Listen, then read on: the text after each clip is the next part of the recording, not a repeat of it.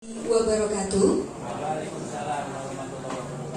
Alhamdulillahirabbil alamin wassalatu wassalamu asrofil anbiya'i wal mursalin wa ala alihi washabihi ajmain. Amma ba'du. Puji syukur kehadirat Allah Subhanahu wa taala, Tuhan yang Maha Kuasa, atas limpahan rahmat, taufik serta hidayahnya pada kesempatan hari ini. Kita semua masih diberikan kesehatan, masih diberikan kesempatan untuk bisa Bapak Ibu semuanya rawuh di Banjarnegara khususnya pada kesempatan hari ini guna mengikuti acara silaturahmi dan halal bihalal keluarga besar Bani R. Atmadi Wirya. Dan kami sampaikan yang terhormat kepada sesepuh, penasehat, keluarga paguyuban Bani R. Atmadi Wirya, segenap jajaran pengurus serta seluruh keluarga besar Bani R. Atmadi Wirya yang berbahagia dan yang selalu kami banggakan. Kembali lagi di tahun ini, Alhamdulillah kita bersama-sama dapat bertemu, bersilaturahmi. Meskipun mungkin di kesempatan hari ini belum seluruhnya dapat berkumpul, tapi kita patut bersyukur setidaknya setelah kurang lebih 2 tahun untuk paguyuban ini terhentikan karena memang adanya COVID-19. Hampir 3 tahun malah 3 tahun apa tahun Jadi sempat terhenti sejenak, dan alhamdulillah hari ini kita bisa bersama-sama kembali untuk bersilaturahmi. Baik Bapak Ibu hadirin seluruh keluarga besar yang kami banggakan, untuk acara ini lancar dan sampai akhir nanti kita bersama-sama memohon kehadirat Allah Subhanahu wa taala, dan kita buka bersama acara ini dengan membaca basmalah bersama-sama. Bismillahirrahmanirrahim. Untuk selanjutnya akan kita ikuti sambutan selamat datang oleh tuan rumah, dan untuk acara atau penyampaian sambutan selamat datang ini diwakili oleh keluarga perwakilan Bapak Suwondo pada Bapak Sasongko. Disilakan selaku perwakilan keluarga Bapak Suwondo, disilakan.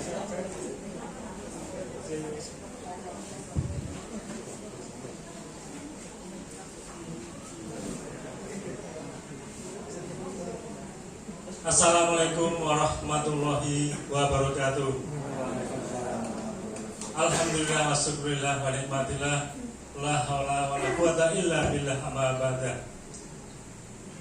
Yang saya hormati sesepuh sepuh, penasehat, para pengurus paguyuban keluarga Bani R. Atmadi Wirya. Yang saya hormati Bapak Ibu handetolan, seluruh handetolan yang saya hormati, adik-adik yang berbahagia yang saya banggakan. Alhamdulillah, yang pertama patut kita aturkan puji syukur kepada Allah Subhanahu wa taala.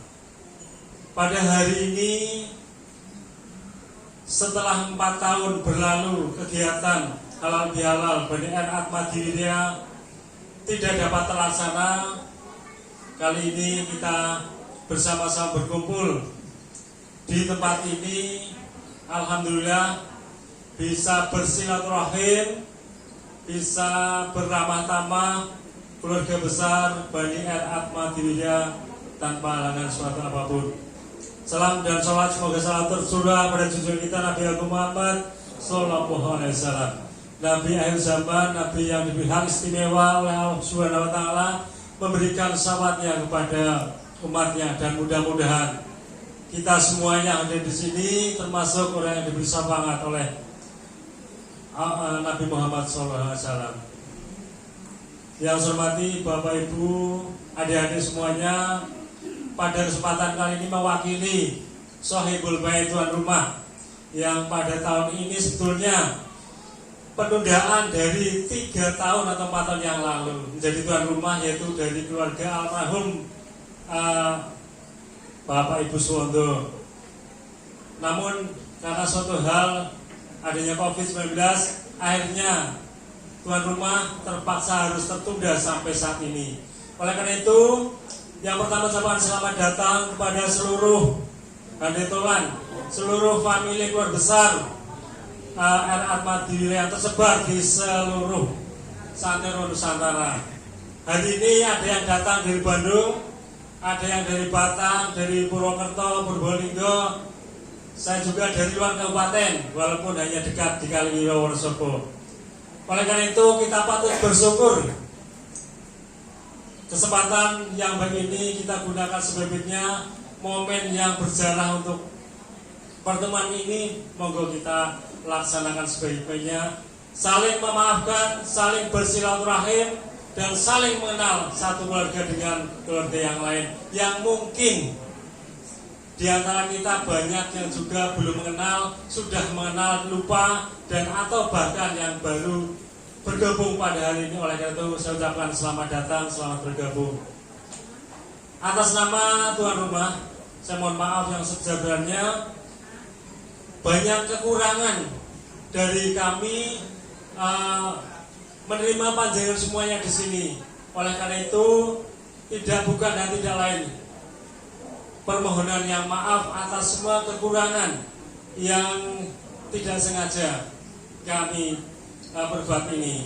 Dan mudah-mudahan acara ini berlangsung dengan lancar, baik, dan kita akan ketemu di tahun yang akan datang dalam suasana yang lebih akrab, lebih familiar, dan menjaga persaudaraan kita selawase. Kata orang Banyumas apa? Nah, seduluran saklawase. Orang apa? Orang kepenak itu memang seperti itu. Prinsip kita gunakan walaupun sederhana, monggo kita saling menjaga kekompakan kita, seduluran kita. Mudah-mudahan dengan silaturahmi ini minimal yang pertama menambah rezeki, yang kedua memperpanjang umur kita semuanya. Akhirnya saya mohon maaf sekali lagi atas semua kekurangan, dan kalau ada kelebihannya monggo itu semata-mata karena memang hanya kerja kami keluarga besar dari almarhum keluarga Bapak Suwondo ini menerima panjangan semuanya. Demikian yang dapat saya sampaikan. Saya akhiri. Assalamualaikum warahmatullahi wabarakatuh.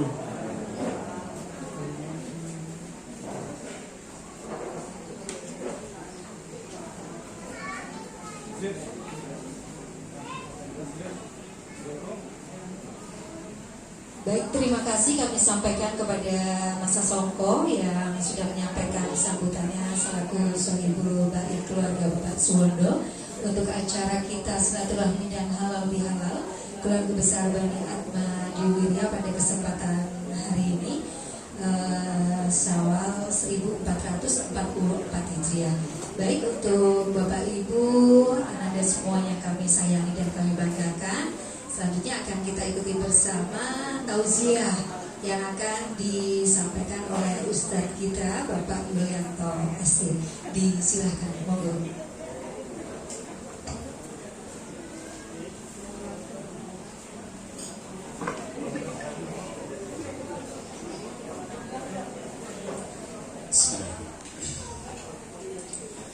Assalamualaikum warahmatullahi wabarakatuh.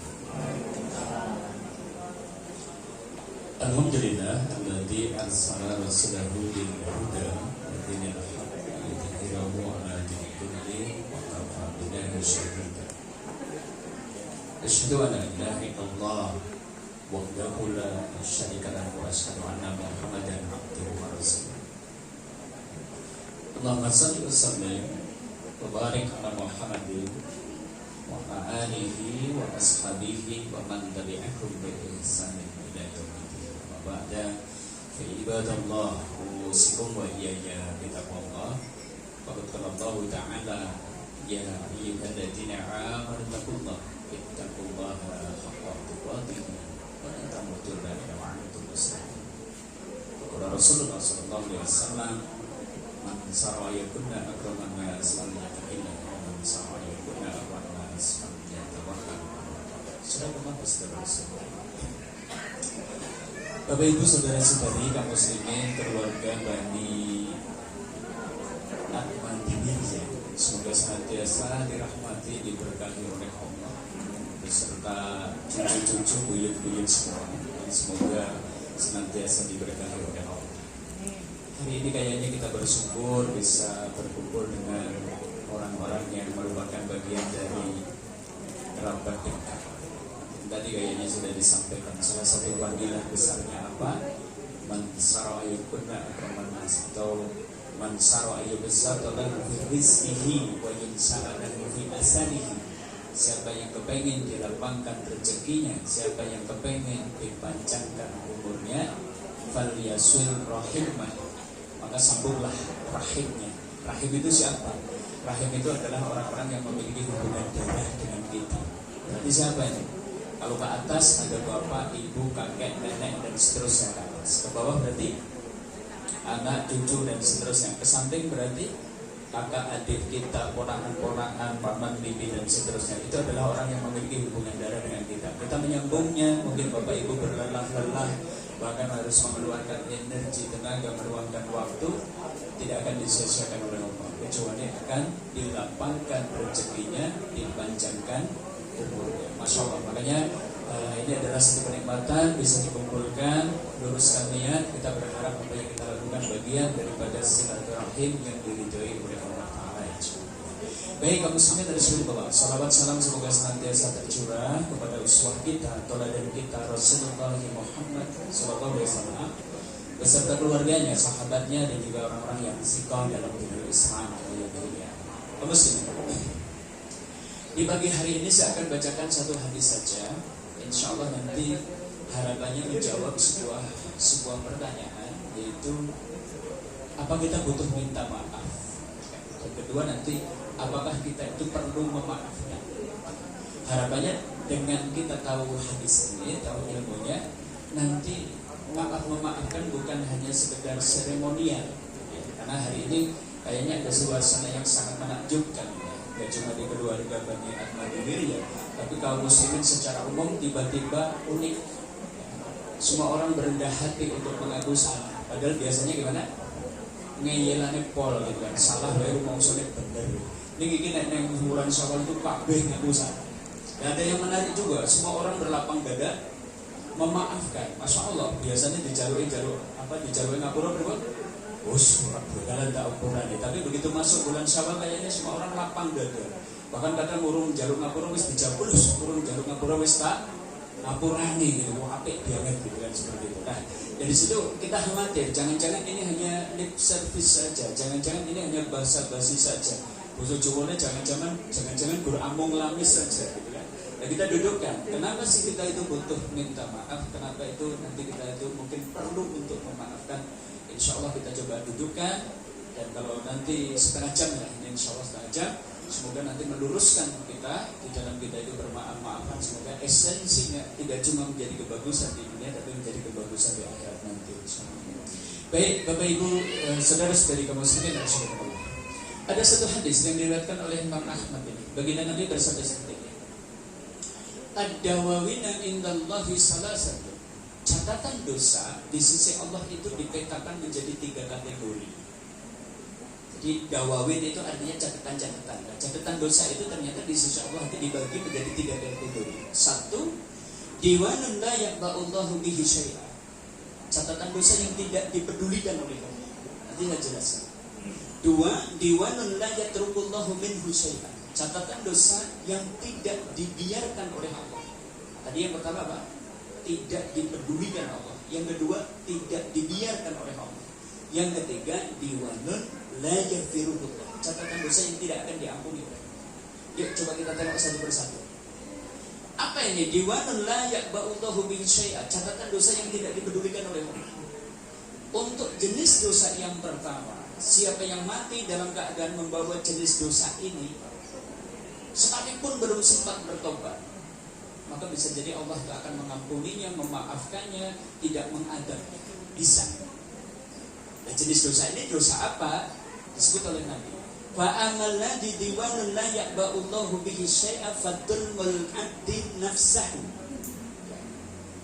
Jenis dosa yang pertama, yang mana tadi? Kalau Allah menghendaki tidak disiksa, langsung diampuni bisa, yaitu kezaliman seorang hamba terhadap dirinya. Berarti dosa yang sifatnya tidak merugikan orang lain. Dolimun nafsu linafsi, dolimun abdu linafsihi. Kezaliman seorang hamba terhadap dirinya, antara dirinya dengan Allah saja. Maka kalau Allah menghendaki, langsung bisa diampuni, langsung bisa dimaafkan tanpa disiksa. Jenis dosa ini tadi kezaliman seorang hamba terhadap dirinya. Kira-kira contohnya apa? Dosa yang sifatnya bukan berubah, gitu yang salah. Contohnya apa? Ya, gimana? Ya, mungkin pernah meninggalkan puasa Ramadan, mungkin pernah meninggalkan sholat, mungkin pernah mengkonsumsi sesuatu yang diharamkan oleh Allah. Ini kezaliman seorang terhadap dirinya sendiri.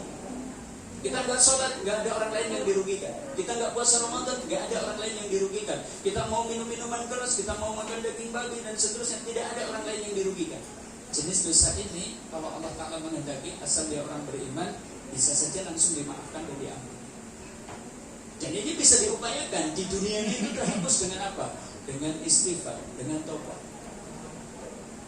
dengan amal kebajikan yang kita lakukan, termasuk makanya disebutkan di dalam surat Hud, innal hasanati yudhibna sayyi'at. Sesungguhnya kebaikan-kebaikan bisa menghapus keburukan-keburukan. Keburukan macam apa? Yang tadi jenis dosa pertama.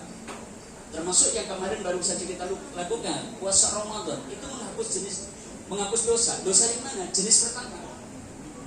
Man shoma Ramadhana imanan wa ihtisaban ghufira lahu ma taqaddama min dhanbi. Siapa yang berpuasa di bulan Ramadan asal dilandasi keimanan, asal dilandasi karena ihtisab, Allah ampuni dosa yang lalu.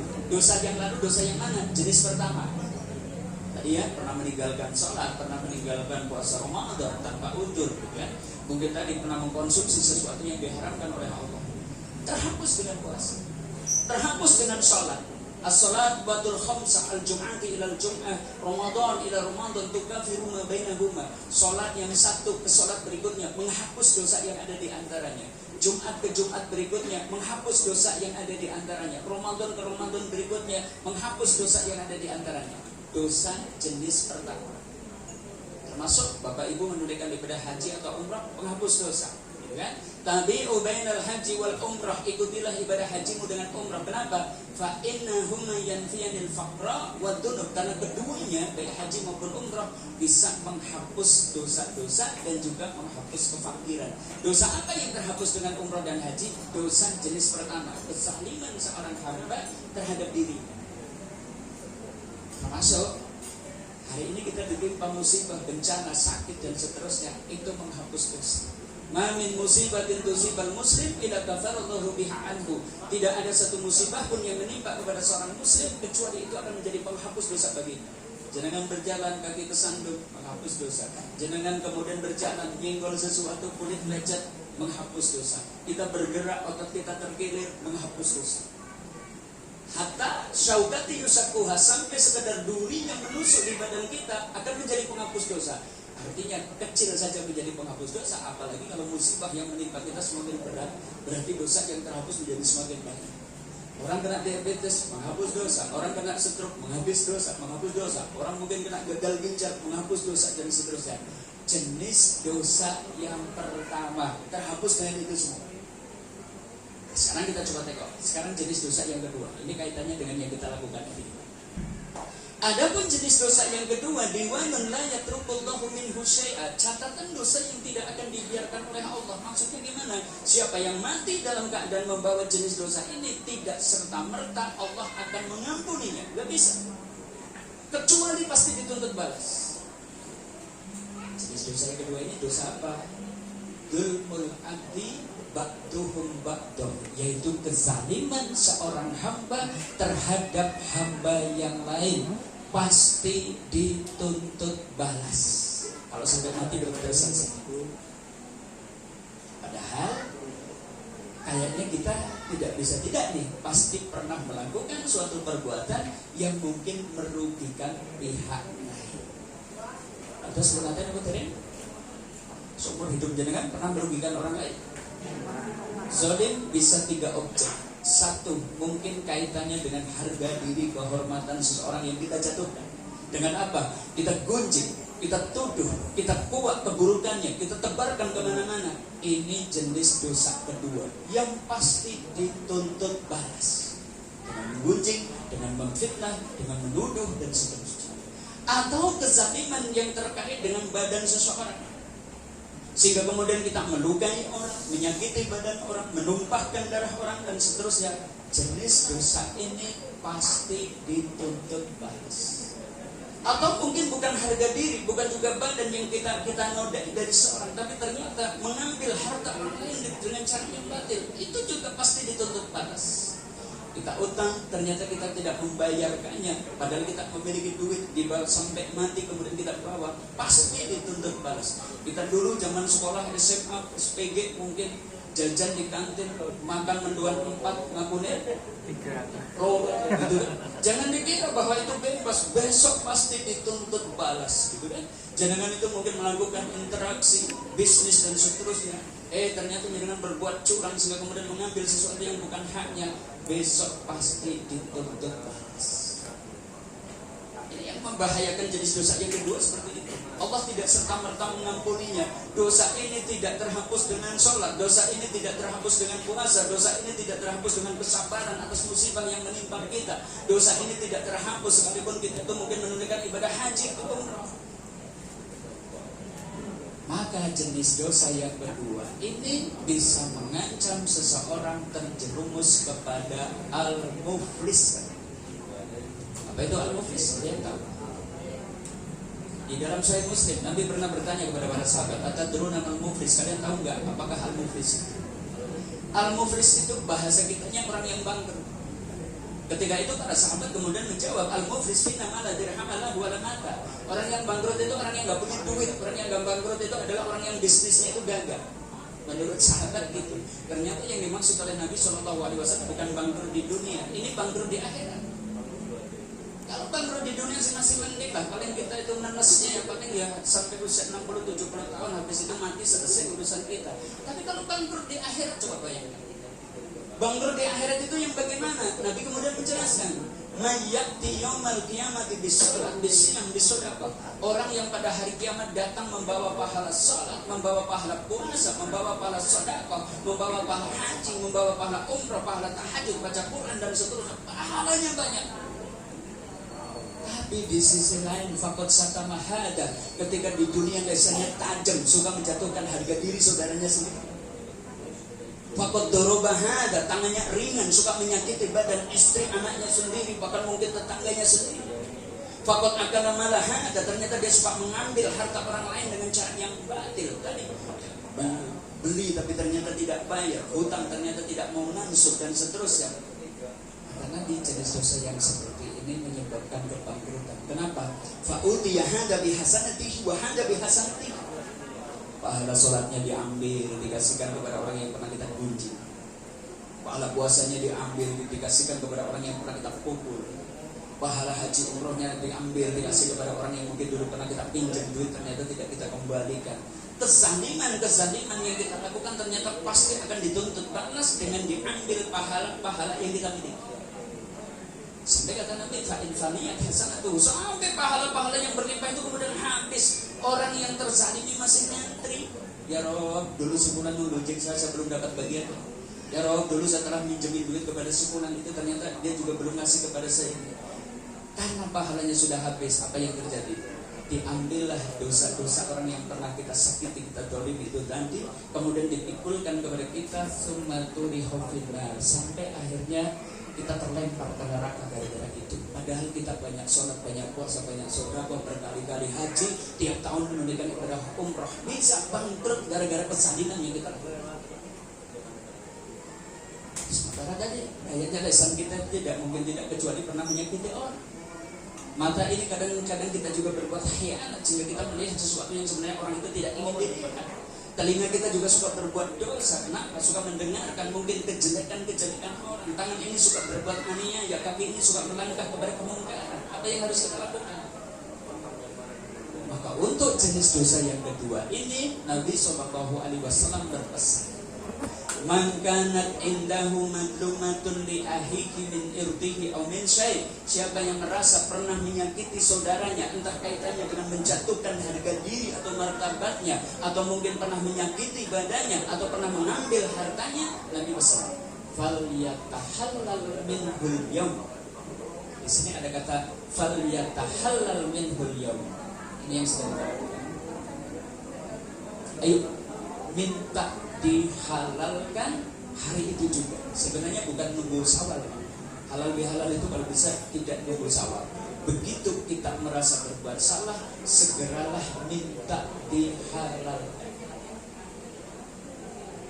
Qabla ayakuna dinarun wa dirhamun, sebelum datang suatu hari di mana ketika kita punya utang di waktu itu sudah tidak bisa dibayar lagi dengan rupiah yang kita miliki, dengan aset yang kita miliki, dengan kekayaan yang kita miliki. Kapan? Besok pada hari kiamat. Kita itu utang mendoan telu itu kalau zaman sekolah itu mungkin di kantin itu mungkin hari ini cukup lah kita bayar dengan uang 20.000 selesai. Tapi kalau dibawa sampai mati sudah nggak butuh lagi, uang 20.000 sudah nggak laku. Jangankan 20.000, andai aset yang kita miliki, ya Rob, saya dulu itu pernah nguntit nih di kantin sekolah gitu kan. Hari ini saya punya rumah tuh, rumahnya saya kasihkan kepada sebulan yang dulu itu pernah saya ambil hartanya dengan cara batin. Besok sudah tidak diterima. Andai mendoan mau ditebus dengan rumah yang kita miliki. Kenapa? Karena besok yang akan diambil itu pahala kebaikan kita. Maka hari ini ayo solusinya tadi. Falyatahalal minhu yaum.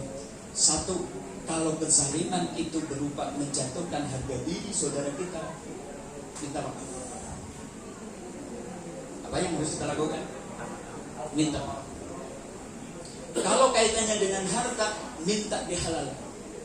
Misal, maksudnya kita mungkin pernah pinjam kepada saudara kita, B, ngapunten, kulon saya butuh pinjaman begini. Insya Allah pakai Ramadan akhir berpegang tak balik gitu kan, saya kembalikan. Qadarullah ternyata bisnis kita ternyata tidak sebagaimana yang kita rencanakan, sehingga akhir Ramadan tidak bisa mengembalikannya.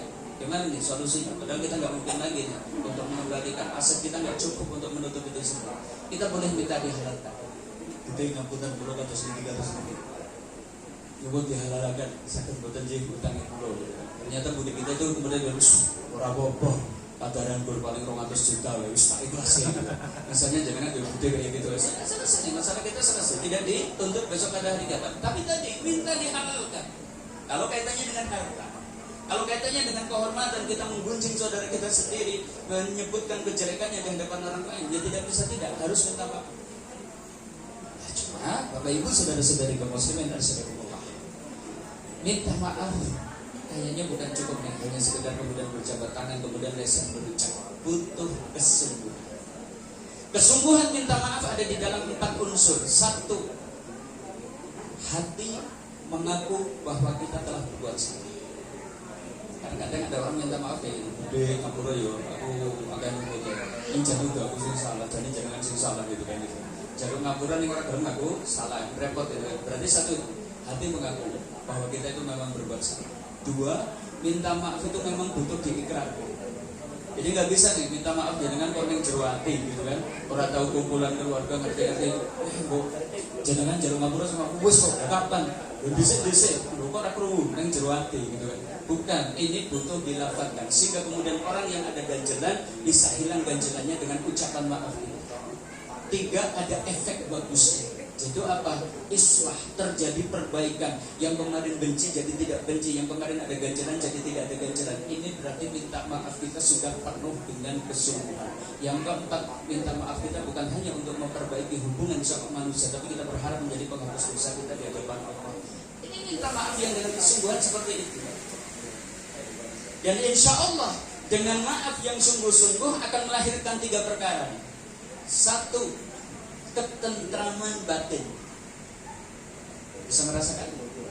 Jangan kan ada ganjalan saja dengan kakak atau adik, ada ganjalan sedikit saja. Misalnya dengan hatiku orang beta. Bahkan mungkin berhari-hari gak bisa tidur. Waduh, aku kok kayaknya kok orang ganjalan ini sama adik saya dan seterusnya. Gak nyaman nih hidup kita kan. Kapan selesai ganjalan itu? Ketika kita mengaku salah dan minta maaf. Plong sudah. Kita butuh minta maaf untuk ketentraman batin kita sendiri. 2, demi menjaga ukhuwah. Ingat kaum muslimin, kebersamaan, kedekatan itu justru malah berpotensi untuk jadi gesekan. Kita nggak pernah disinggungan dengan orang-orang yang jauh dengan kita. Kenapa ya? Karena memang tidak ada interaksi. Tapi karena jenengan itu punya hubungan darah, kadang ngobrol, kadang ngomongan, kadang berdekatan, kadang bersinggungan bisnis. Bukan tidak mungkin justru malah muncul gesekan. Nah, gesekan itu terselesaikan ketika salah satunya ada yang mau berendah hati mengaku salah. Ini pentingnya kita maaf. Dan yang ketiga tadi, supaya kita tidak terjerumus menjadi al-muflis. Maka kalau boleh kita simpulkan, butuhkah kita minta maaf? Kira-kira jawabannya apa? Untuk apa? Supaya tidak bangkrut. Untuk apa? 3 perkara. Kita butuh maaf, minta maaf untuk 3 perkara. 1, ketentraman batin, demi ketentraman batin kita sendiri. Dua, demi menjaga ukhuwah, termasuk dalam skop keluarga Bani Ahmadi Wahyudiyah juga seperti itu. Butuh masing-masing orang itu berendah hati mengaku salah. Insya Allah silaturahim itu terjadi. Kenapa silaturahim itu bisa putus? Masing-masing ego orang yang orang tua penjaga ngapura kalau sing kan ora sudi. Aku bener dan saya salah kan kayak gitu kan begini. Ya sudah Pak, ini baru lama-kelamaan ya sudah keluarga bisa jadi pecah, silaturahim terputus dan seterusnya. Maka butuh ada yang berendah hati mengaku salah. Dan kemudian yang ketiga, paling penting, kenapa kita butuh minta maaf? Supaya di akhirat tidak masuk kategori al-muflis. Apa itu al-muflis? Orang yang bangga kepada Allah. Naudzubillah. Pertanyaan pertama sudah kita jawab. Yang kedua, insya Allah nggak panjang. Ini 5 atau 10 menit saja. Sekarang kita jawab, perlukah kita memaafkan? Kalau tadi gimana? Pentingkah kita itu minta maaf? Sekarang kita balik, perlukah kita itu memaafkan? Kira-kira gimana? Perlu? Buat apa? Ngapain kita harus memaafkan? Supaya tenang. Oke, baik, kita juga duduk. Begini, Bapak Ibu kaum muslimin. Memaafkan ini karakter mulia, bagian dari sifat Allah Ta'ala. Ini sifat Allah ini, makanya disebutkan Innallaha la'afuwun ghafur. Sesungguhnya Allah itu maha pemaaf lagi maha pengampun. Ini sifat Allah, pemaaf. Kita bisa melihat nih sifat pemaafnya Allah itu di mana? Coba. Banyak orang yang mungkin disuruh beribadah kepada Allah saja nggak mau. Sama Allah masih dikasih rezeki, sama Allah masih dikasih hidup, sama Allah masih dikasih sehat, sama Allah masih boleh tinggal di buminya Allah, bernaung di bawah atapnya, langitnya Allah. Kenapa? Allah itu pemaaf. Ada orang Islam suruh sholat nggak mau, beribadah nggak mau, bahkan dia itu beribadahnya kepada selain Allah, tetap dikasih rezeki, tetap dikasih kemudian sehat dan seterusnya. Kenapa? Karena Allah memiliki sifat pemaaf. Ternyata kita hambanya diperintah juga supaya memiliki sifat pemaaf. Mudil afwa wa'mur bil urfi wa'adid 'anil jahilin. Jadilah kalian itu orang yang pemaaf, ajaklah kepada kebajikan, berpalinglah dari orang bodoh. Salah satunya kita disuruh jadi orang yang pemaaf. Sekarang saya tanya, menjadi sosok yang pemaaf abot apa enteng? Memaafkan abot apa enteng? Abot nih, minta maaf dengan memaafkan abot mana? Abot kabeh. Begini komisi.